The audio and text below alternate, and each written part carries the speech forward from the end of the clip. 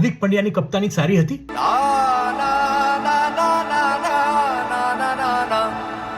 સૂર્યકુમાર યાદવે રન કર્યા? શું બુમરાહને વિકેટ મળી? મુંબઈ મેચ જીત્યું? મુંબઈના જ વખાણ શોધશો કે મેચમાં બીજું કંઈ પણ જોશો? મેચમાં સારું શું હતું? સારો હતો શ્રેયસ અય્યરનો કેચ, જબરદસ્ત, માઇન્ડ બ્લોઈંગ. એ મેચની વાત કરીશું, પણ એ પહેલા તમને કહી દઉં કે આઈપીએલ ની અંદર બે વૈભવ છે.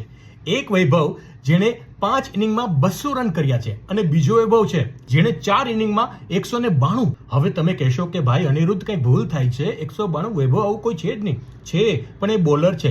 4 ઓવરમાં 192 રન આપ્યા છે વૈભવ અરોરાએ, KKRના જે આજે રાતે તમને રમતા જોવા મળશે.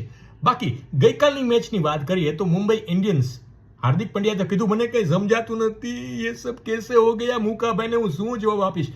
પણ તમને કહી દો કે પંજાબ કિંગ્સે આઉટ પ્લે કરી નાખી મુંબઈની સ્ટાર સ્ટડેડ ધુરંધરની ટીમોને. મુંબઈ માટે એક જ પોઝિટિવ હતું, એ હતું ક્વિન્ટન ડિકોક, જે પહેલી મેચ રમ્યા આ વખતે સેન્ચુરી મારી. પણ હવે સલવાણા કે રમણવા કે નહીં.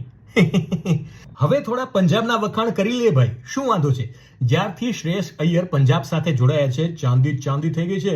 2025 થી લઈને અત્યાર સુધી પંજાબ ચેઝિંગમાં 11 માંથી 9 મેચો જીત્યું છે. મુંબઈ સામે લગાતાર 3 મેચો જીત્યું છે અને 2014 પછી 2026માં ઓપનિંગ સિઝનમાં સતત 5 મેચ જીત્યું છે. શ્રેયસ અય્યરની વાત કરીએ તો આઈપીએલમાં 2024 પછી ચેઝિંગ કરતા 14 ઇનિંગમાં 621 રન કર્યા છે, એવરેજિંગ 124 અને સ્ટ્રાઇક રેટ 176. બોલો, આનાથી સારો કપ્તાન ટીમ ઇન્ડિયાને મળી શકે? હવે ચર્ચા એ પણ ચાલુ છે.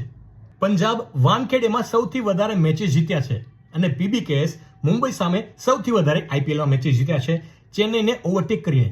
ચેન્નઈએ 39 મેચોમાં 18 મેચો જીતી છે અને પીબીકેએસે માત્ર 35માં 18 મુંબઈ સામે.